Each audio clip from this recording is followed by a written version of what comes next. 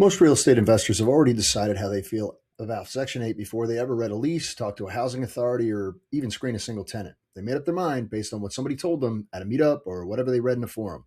And that decision is costing them stable, predictable income that they might be leaving on the table right now. So I'm going to break down 5 myths about the program, tell you where investors go wrong, and show you exactly what it looks like when you run it correctly. Hey, if this is useful to you, do me a favor, hit the like button, subscribe to the channel, and tap the notification bell so you don't miss all of the content that I'm putting out. I am Bud Evans. I spent 35 years in the United States Air Force, 13 years as a police officer, served as the mayor of Cinnamons in New Jersey, and today I'm an active real estate investor focused on single family and small multifamily, and I mentor veterans who want to build real estate portfolios, and I also founded a low-cost property management company built for investors by investors here in South Jersey. So here's the problem. Most investors avoid Section 8 before they ever really evaluate it. They hear one bad story and that's it. Maybe a damaged unit or a failed inspection, a late payment, and they treat one story like it's the policy. They walk away before a government-backed income stream based on secondhand information they never even verified. Look, I've made decisions under pressure in 2 careers before this one, in the military and in law enforcement. You don't make operational calls based on rumors. You gather information, you analyze it, and you act based on reality.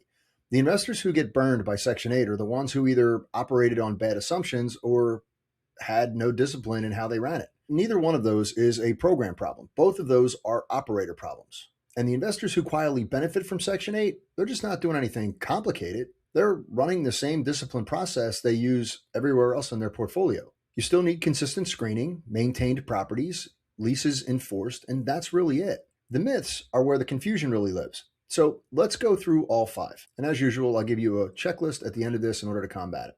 Myth number 1, Section 8 immediately equals bad tenants. That is the most repeated belief and the least accurate. Investors assume the program itself attracts problem tenants. That's accepting a voucher means accepting risk that you just can't control. And that's really wrong. Section 8 doesn't choose your tenant. You do. You still have to run a full screening.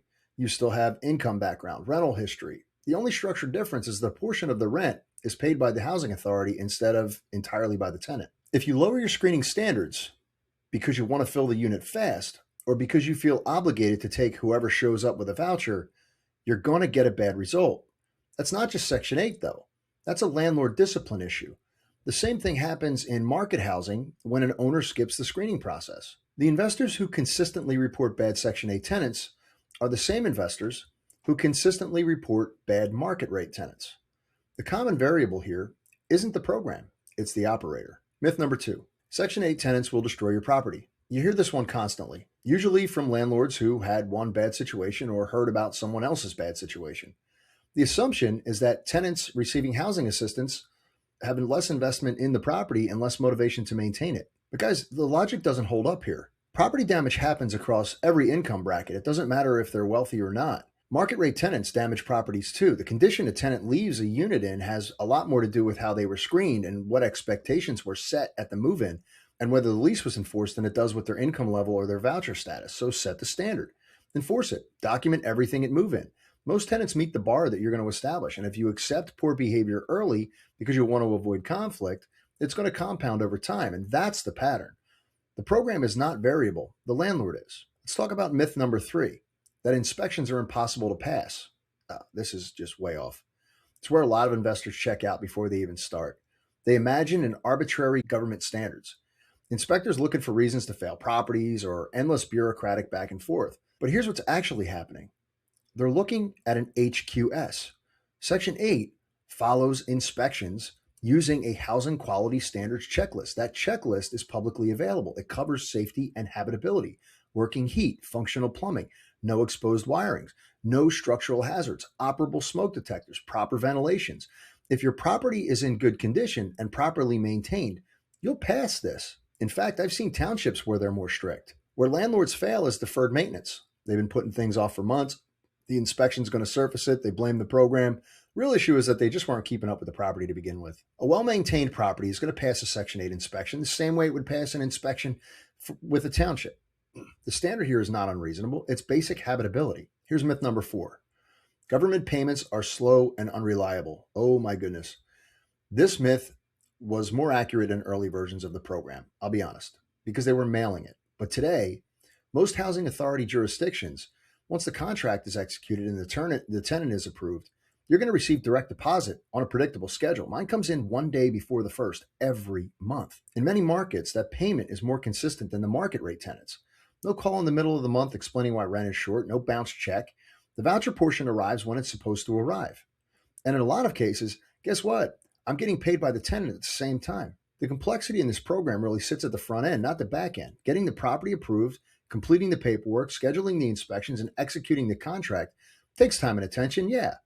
But investors who complain about unreliable payments usually had a problem during setup that they never solved. Once the process is completed and running, the payment side of this is really one of the most reliable things in your portfolio. Myth number 5, Section 8 rents are below market. Not at all. This depends entirely on your market and your local housing authority's payment standards. And most investors who repeat this myth have never actually looked up the numbers. Every housing authority publishes its payment standards. These are maximum voucher amounts by bedroom size in a given area. In a lot of markets, those numbers are competitive with market rates, and in some, it's above market average for smaller units. If you don't know what your local housing authority pays, you're guessing. Go to huduser.gov and look it up. Guessing how you make portfolio decisions, right? Don't do that.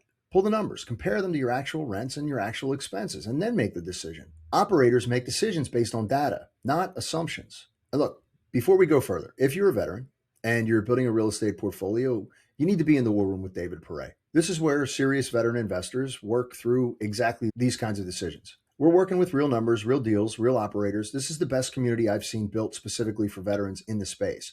I've been a member since December of 2019. The link is below in the description, so get in there. Look, if you want to work through a specific situation, you can book a one-on-one call at budevans.com. I do not try to sell you anything. I don't have a program. Now let's close this out. Here is what consistent payments, lower vacancy, and longer average tenancy add up to. Stability. Not excitement, stability. Stability that's what builds a portfolio and lasts beyond a few good years in a hot market. The investors who benefit from Section 8, they're not doing anything extraordinary. They're just screening properly, maintaining their properties, enforcing their leases, and running the processes way that they're supposed to be run. The investors who struggle with this are the ones who cut corners, and then they blame somebody else or the program when it breaks. Because if you need help with that, reach out to Second Street Property Management. I'll be more than happy to help you. This is a structured income system backed by the federal government. Treat it like a system. Run it with discipline. It performs. Run it like a business. And as always, let's talk about your checklist. First, look up your local housing authority's payment standards and compare them directly to your current market rent before you make any decision about the program. huduser.gov. It's that simple. Next, screen every Section 8 applicant with the exact same criteria you use for every other tenant. Don't lower your standards.